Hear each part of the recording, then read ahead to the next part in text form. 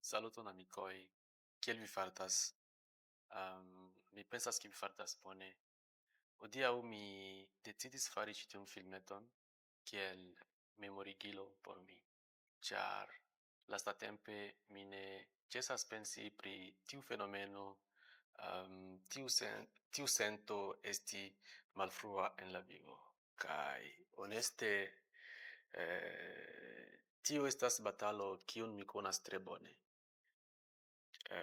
Dum longa tempo mi pensis ke mi estis la sola kiun sentas tion, sed ĉiufoje kiam mi ekparolas pri tiu sento kun amikoj, kolegoj, eĉ dum ĉiutagaj konversacioj, mi rimarkas ke ili reagas kvazaŭ ili jam atendis ke iu finfine metu vortojn sur tio kion ili ankaŭ sentas.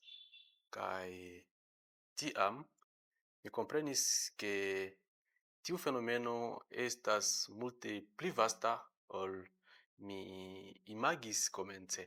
Kion mi trovas tre fascina estas ke ĉiu vivas tiun senton laŭ sia propra maniero. Kaj tio incitis min fari memesploron.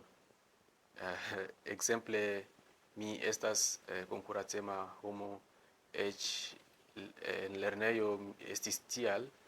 Mi volis esti antaŭe, mi volis esti rapida ol la aliaj, kaj mi estis konvinkita ke tio estis kvalito.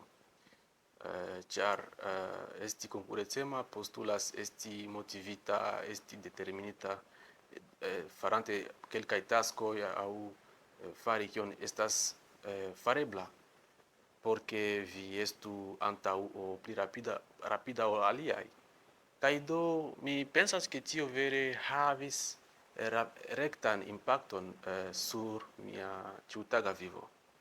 Kaj do mi ja scias ke ne estas bone kompari sin al aliaj teorie, sed praktike estas io alia, estas iom forta ol mi, ĉar tiu konkurenco estas kiel enradikiĝinta en nia penso. Mi donas ekzemplon. Imagu vi estas kokobredisto.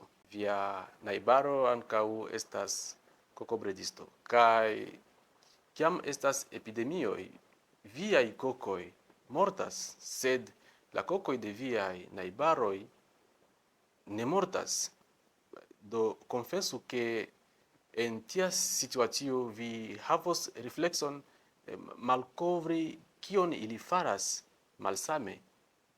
Ĉu mi povas diri ke tio estas ĵaluzo aŭ ne? Mi kredas ke estas simpla homa reflekso. Kaj do mi ne povas certigi ke tio estas simpla ĵaluzo. Kaj tio signifas ke ni mem en ni havas tiun penson kiel aliaj evoluas. Do kaj tiam vi ekkomencas kompari viajn rezultojn kun iliajn, kaj do vi ekkomencas havi tiaj sentoj. Pensante pri tio, mi pensas ke estas iluzio, ĉar ĝis nun ne ekzistas mezurstango aŭ mezurŝnuro por precize mezuri kiu estas antaŭ aŭ kiu ne estas kompare al la aliaj. Oni ne povas scii kiu estas antaŭ la vivo ol alia, ĉar ne estas mezurŝnuro por tiu afero. Kaj mi pensas ke tio estas simpla iluzio kiun ni havas en nia menso. Miaflanke mi faris tiun filmeton por ke ĝi memoru al mi ke vere neniu estas malfrua en la vivo ol la alia, kaj ĉiu devas havi sian propran ritmon por evolui en la vivo. Kaj do mi pensas ke la simpla problemo kun mi estas ke mi ne fartas bone kun la persono kiun mi estas nun, kaj kie mi estas nun en la vivo. Do mi ankoraŭ akceptis min tia kia mi estas. Kaj mi pensas ke tiu estus ege liberiga se mi akceptis min kun miaj kontraŭdiroj, miaj duboj, miaj malfortoj kaj tiel plu. Ĉar la tago kiam mi akceptis min mem tia kia mi estas, la sento esti malfrua en la vivo ne plu havos la saman potencon super mi. Aŭ kiam mi trovos tempon por spekti ĉi tiun filmeton, tio memorigos min ĉiam ke mi simple estas survoje kaj mi ne estas malantaŭ aŭ malfrue en la vivo komparante al la aliaj. Do kaj vi, ĉu vi havas tian senton?